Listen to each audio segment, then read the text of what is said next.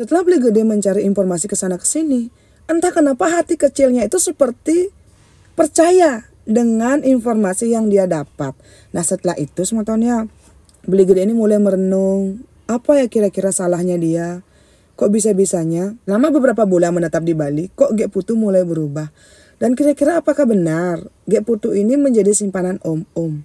Biasanya kalau ada seorang gadis yang masih lajang yang menjadi simpanan om-om, biasanya kan tujuan utamanya tuh uang. Tapi kalau memang Gek Putu ini mencari uang, kayaknya tidak mungkin teman-teman. Karena seperti cerita saya di awal, Beli Gede ini sudah menanggung semua biaya hidupnya Gek Putu. Apa mungkin Gek Putu serendah itu yang dipikirkan oleh Beli Gede? Nah waktu itu teman wanitanya si Gek Putu ini kembali didatangi oleh Beli Gede. Dan Beli Gede ini seperti memberikan uang sekian juta agar temannya ini mau blak-blakan menjawab dan memberikan informasi kepada dia. Dan temannya ini teman-teman membuka sebuah aplikasi hijau yang depannya M, belakangnya T. Di sana dia memperlihatkan kalau ternyata Gek Putu memang beberapa kali sempat bekerja di aplikasi itu. Dan sepertinya orang yang sering membooking Gek Putu ini berprofesi sebagai dokter. Dan umurnya ini memang sudah lumayan. Kalau dibilang tua tidak, kalau dibilang muda juga tidak. Wih di sana boom. Kok gini? Itu tuh benar-benar kayak ini benar pacar saya gitu loh. Dan si cewek ini juga sebetulnya membongkar kalau ternyata beberapa bulan sebelum Beli Gede ini pulang ke Bali, Gek Putu ini sempat di booking 2 minggu full oleh si dokter ini. Oh di sana sebetulnya cek pokoknya Beli Gede ini sudah tai kepolo gitu loh. Kok bisa-bisanya Gek Putu melakukan hal itu? Pokoknya banyak banget informasi yang diberikan oleh si teman wanita ini. Kita sebut saja namanya Gek Kade. Gek Kade ini adalah atasannya Gek Putu di tempatnya Gek Putu bekerja. Wih sama toncok. Itu nggak mungkin gitu loh. Dan waktu itu kayak si Gek Kade ini juga bilang, coba deh kamu cari di tempat di kamar kalian. Ada nggak sesuatu yang mencurigakan yang mengarah ke si dokter ini? Dan si Gek Made ini bilang, tolong jangan bilang kepada siapapun kalau saya yang memberikan kamu informasi ini. Karena saya tidak mau nanti kayak dibilang nusuk temen lah atau apapun. Dan Beli Gede pun mengiyakan. Beli Gede pun pulang ke rumahnya dia, tempat beberapa bulan ini dia dengan si Gek Putu ini kumpul kebo. Dulunya kan Gek Putu ini dikontrakan rumah, tapi Beli Gede ini memang sudah punya rumah pribadi dan mereka sudah tinggal di sana. Di sana tuh kayak Beli Gede ini kayak membuka lemari bajunya Gek Putu dan di sana dia menemukan sebuah kartu nama. Kartu nama ini ada alamat dan juga nama seorang dokter. Berarti benar dong. Kemungkinan apa yang dikatakan oleh Gek Kade ini memang benar dong. Di sana akhirnya Beli Gede mencari tahu dong sama Ton. Dan setelah Beli Gede ini mencari tahu ke sana ke sini kapal tuh jang. Ternyata kemungkinan memang benar sepertinya si Gek Putu ini menjadi simpanan si Pak Dokter ini. Bayangkan semutan bagaimana sakit hatinya Beli Gede yang mengetahui kalau pacarnya ini ternyata menjadi simpanan om-om. Di saat itu ya akhirnya Gek Putu pun pulang ke rumahnya Beli Gede. Beli Gede ini berusaha bersikap sewajar mungkin yang padahal ya waktu itu jegetehnya bengerodok tai bekepolo semutan. Tapi mungkin karena Beli Gede ini benar-benar mencintai Gek Putu, dia tuh kayak mau mencari tahu, dia tuh ingin menunggu agar sampai Gek Putu ini mengaku ke dia. Dan kalaupun sampai hari pernikahan datang Gek Putu tidak mengaku, Beli Gede ini berencana tidak akan menyinggung pekerjaan sampingannya si Gek Putu di aplikasi M yang dan di belakangnya T ini. Saat Gek Putu datang, Beli Gede kayak kaget semeton. Kok Gek Putu kurus banget sekarang, wajahnya itu pucat dan seolah-olah Gek Putu ini seperti habis sakit keras. Beli Gede bertanya, kamu kok kurus banget? Nah Gek Putu bilang, iya saya capek banget di rumah, orang tua saya sakit, ada orang yang meninggal, makanya dia tuh kayak kurang tidur. Dan waktu itu Gek Putu sering sekali memegang perutnya. Beli Gede pun kayak tidak menanyakan itu sampai jauh gitu loh sama tahunnya. Nah ketika itu Beli Gede ini kayak merawat Gek Putu, tapi kok waktu itu Gek Putu kan datang bulan. Datang bulannya itu tidak normal, semua tahun banyak banget yang keluar dari area sensitifnya Gek Putu. Pernah suatu malam nih Bligede tuh kayak terbangun karena dia tuh kan kayak meraba-raba perutnya Gek Putu gitu. Terus dia tuh kayak meraba ke bawah gitu kan, biasa kita tuh kayak tidur dengan pasangan. Saat Bligede ini meraba pantatnya Gek Putu kok terasa basah. Itu tuh basah banget, dan ketika Bligede mencium itu kok aromanya jelek banget teman-teman. Ketika Bligede bangun dan kayak membuka selimutnya Gek Putu, dan sudah berceceran di pantatnya Gek Putu, dan ternyata Gek Putu mengalami pendarahan. Di saat itu juga ternyata Gek Putu pingsan teman-teman. Bligede langsung membawa Gek Putu ke rumah sakit. Setelah kurang lebih 2 jam Gek Putu ini kayak diambil tindakan oleh dokter. Ternyata dokter bilang sepertinya Gek Putu sudah pernah melakukan tindakan ilegal, dan itu yang membuat Gek Putu pendarahan hebat di saat itu juga. Boom! Kok gini? Bligede kayak pendarahan. Di sana Bligede itu kayak tidak bisa mencerna teman-teman apa informasi yang dia dapatkan dari dokter.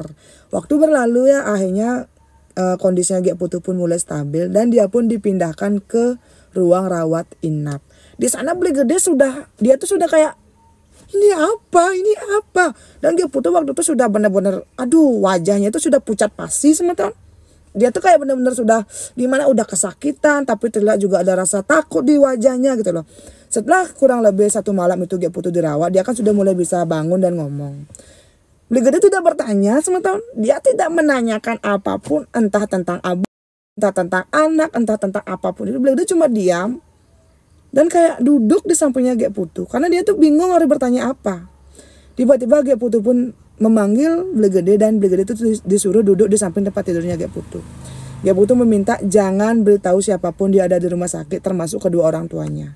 Bligede pun mengiyakan. Dan ketika itu Gek Putu menangis. Gek Putu bertanya kepada Bligede, kenapa kamu tidak bertanya apapun? Bligede kayak merasa tertampar dan dadanya itu sakit banget teman-teman. Bligede menangis dan bertanya kepada Gek Putu, apa benar kamu melakukan aborsi ilegal? Dan kalau memang benar, kenapa? Kenapa? Di sana Gek Putu menangis sejadi-jadinya sambil memeluk Bligede. Entah berapa lama Gek Putu menangis.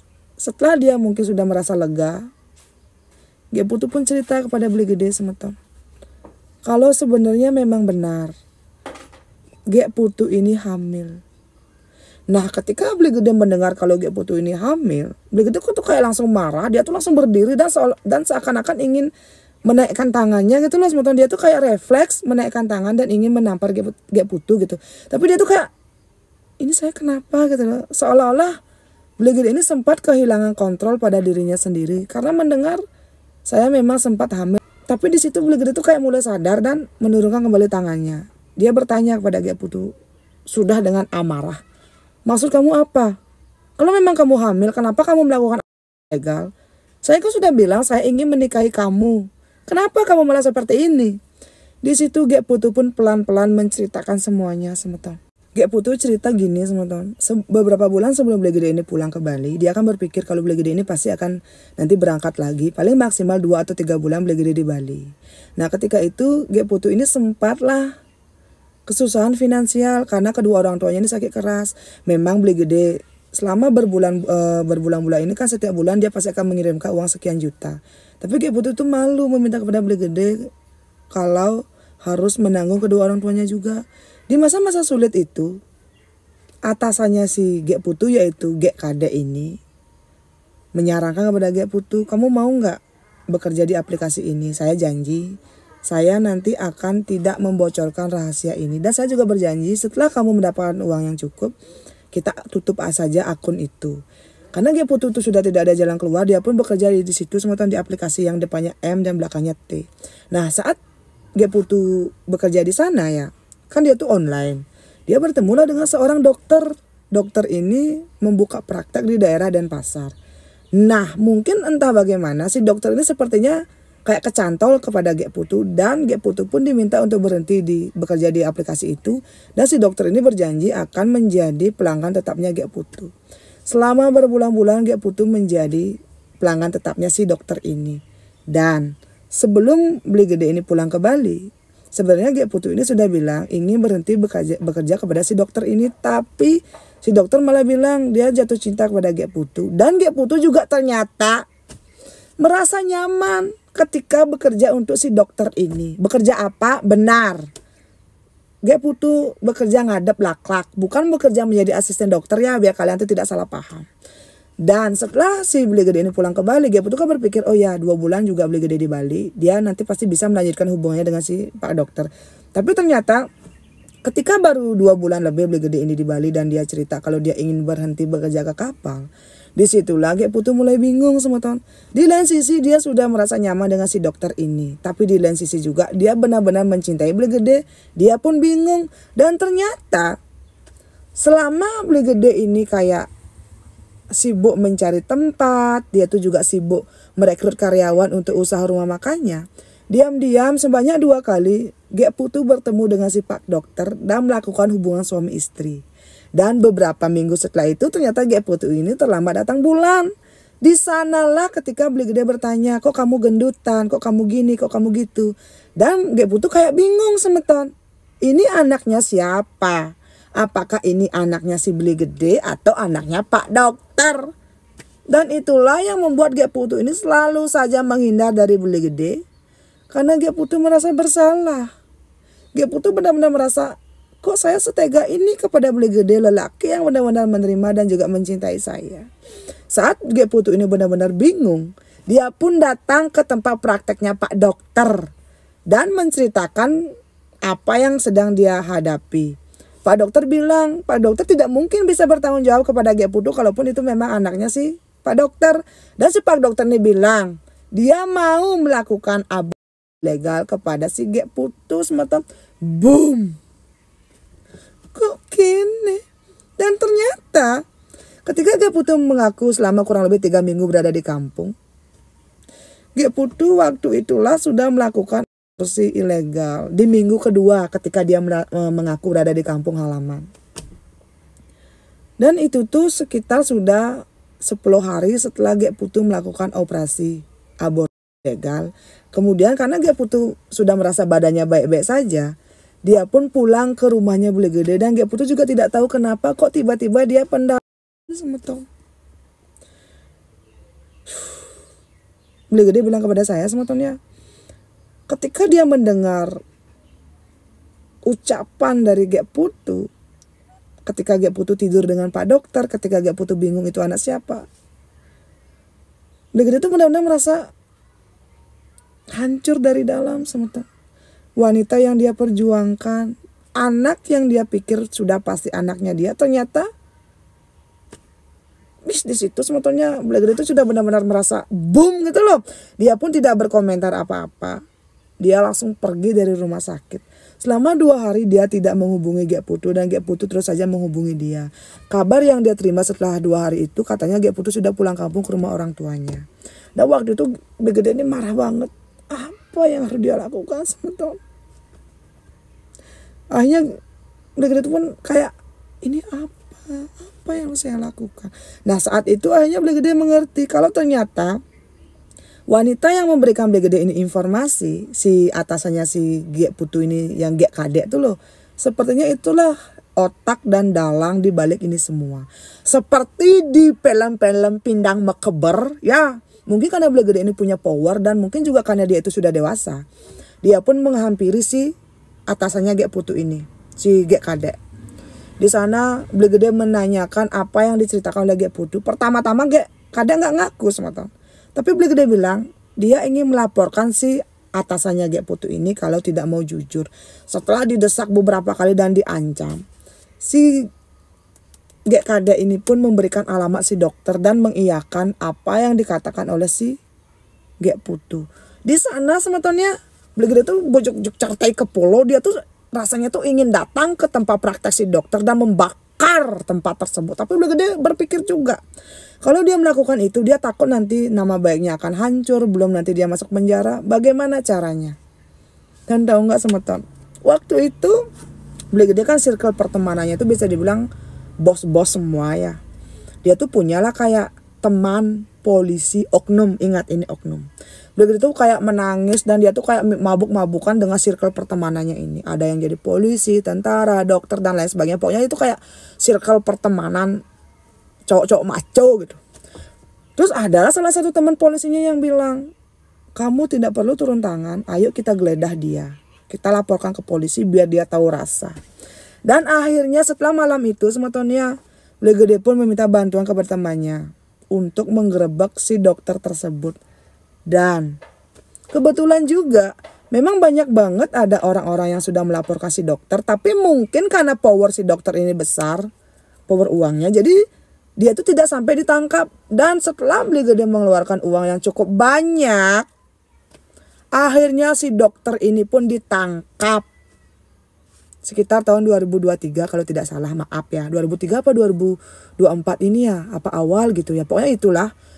Saat si dokter ini digerebek, dia tidak mengaku semua. Dan ternyata saat polisi ini kayak menggerebek tempat prakteknya, di situ ditemukan banyak banget ada bekas aborsi ilegal. Kayak janin yang sudah itu banyak banget ditemukan di speed tank rumah sakit. Bukan rumah sakit, kayak tempat praktek si dokter ini gitu loh semeton. Maaf ya kalau saya salah ngomong. Dan akhirnya yang tadinya Bule Gede cuma ingin membalas dendam karena gak putus seperti itu diitukan oleh si dokter. Ternyata memang benar ada bukti sebesar itu di speed tank tempat praktek si dokter. Boom. Kok kene? Ini tuh seperti sekali makan, wareg iya, haus juga hilang iya. Wih, Bule Gede merasa sangat bahagia ketika akhirnya si oknum ini, si oknum dokter ini yang suka melakukan aborsi ditangkap polisi semeton.